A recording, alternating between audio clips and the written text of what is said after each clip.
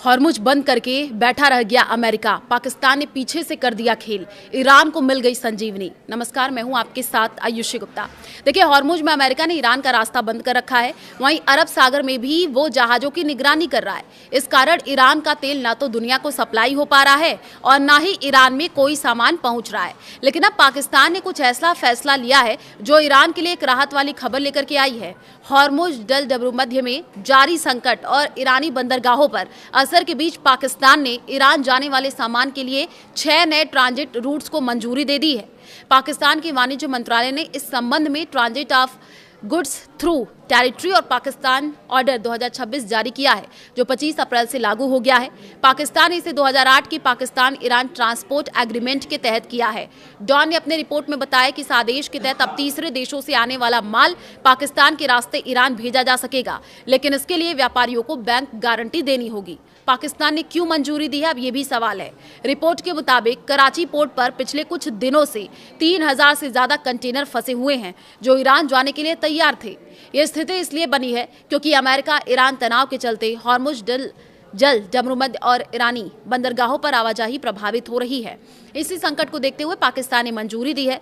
इसके अलावा ग्वादर से होते हुए बलूचिस्तान के कई इलाकों के जरिए ताफ्तान बॉर्डर तक जाने वाले रास्तों को भी ट्रांजिट कॉरिडोर के रूप में अधिसूचित किया गया है। पाकिस्तान ने क्या किया? सरकार ने 6 नए जमीन के रास्ते लैंड रूट्स खोल दिए हैं। यानी अब सामान समुद्र के बजाय ट्रकों के जरिए पाकिस्तान के अंदर से होकर के ईरान पहुंचाया जाएगा। मान लीजिए, चीन से एक कंपनी ने ईरान के लिए 100 कंटेनर सामान भेजा।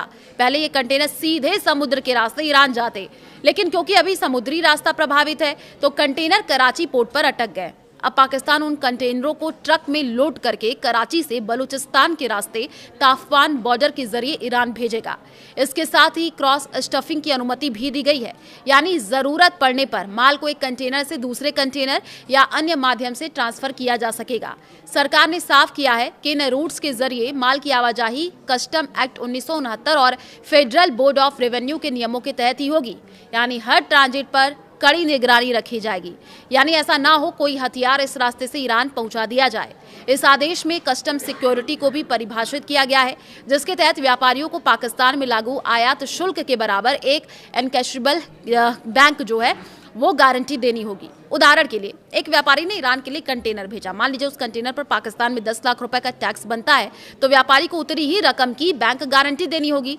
अगर माल नियमों के अनुसार सीधे ईरान पहुंच गया तो गारंटी वापस हो जाएगी, लेकिन अगर माल पाकिस्तान में गायब हुआ, बेचा गया या नियम तोड़े गए तो सरकार ये रकम जब्त कर सकती है। अमेरिका इस कदम से पूरी तरह खुश नहीं होगा क्योंकि ये ईरान को मदद पहुंचाएंगे, लेकिन सीज फायर के कारण वो अभी ऐसा कोई कदम नहीं उठाएगा जो ईरान को नाराज करे, क्योंकि उसे बातचीत अभी तो आगे बढ़ानी है।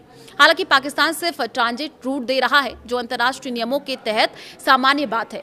पाकिस्तान ईरान को सामान बेच नहीं रहा, सिर्फ रास्ता दे रहा है। न ही ईरान का सामान इस रास्ते से बिकेगा, इसलिए अमेरिका तुरंत खुल करके विरोध करने से बच सकता है। अमेरिका ने हॉर्मुज को बंद करके रखा है ताकि ईरान का तेल न बिक सके। पाकिस्तान इस रास्ते से ईरान का तेल नहीं बेचेगा, जो अमेरिका के लिए अच्छी खबर है।